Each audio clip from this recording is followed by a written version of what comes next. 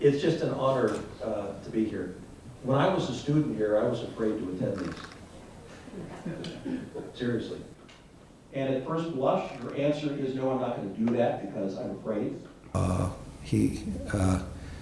He's probably joyful that he has the world talking about something that he may have been behind. This Vladimir Putin, when he engages in these kinds of contests, usually comes out ahead because he has tools in his toolbox that most people don't, and moreover, most people don't know how to respond to.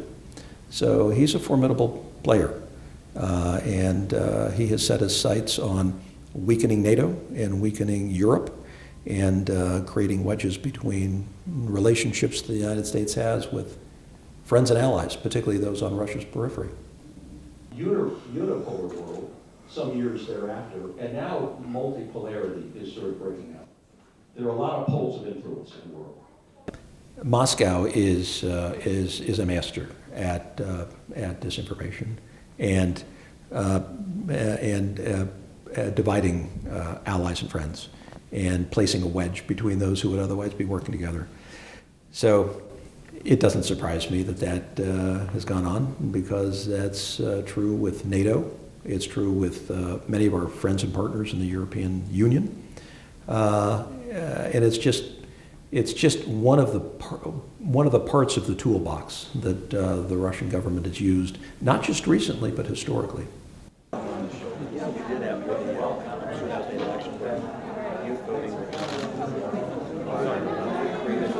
Germinates in the great minds that in the laboratories, the PhD science. Well, I think they're prepared to do whatever is in their interest and whatever serves their interests, and creating a weakened America, one that is divided, where they sow seeds of doubt and confusion, is, I think, something that they deem to be in their interests. So I think we need to be ever vigilant, every election cycle, to that kind of thing playing out, and we need to be prepared for it. I don't know that we are, particularly at the local and the state level, where some of the meddling in the future could take place. That's what I'm concerned about as much as anything. We couldn't do this in Russia. They wouldn't ever let me speak at a university in Russia. Say no, that's public service and that's federal service, and I've done that. So in the case of, here's how you should package it.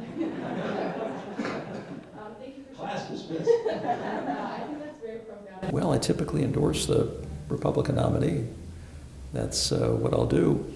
And we'll see how everything else plays out. But he has maintained a strong economy, and we are not at war, which is what everybody was threatening, that our economy would tank and that we'd be at war in no time at all. Hasn't played out. So we hear a lot about the downside, and I think the election is going to focus more on the upside of what we've experienced, and people are going to make a decision based upon that.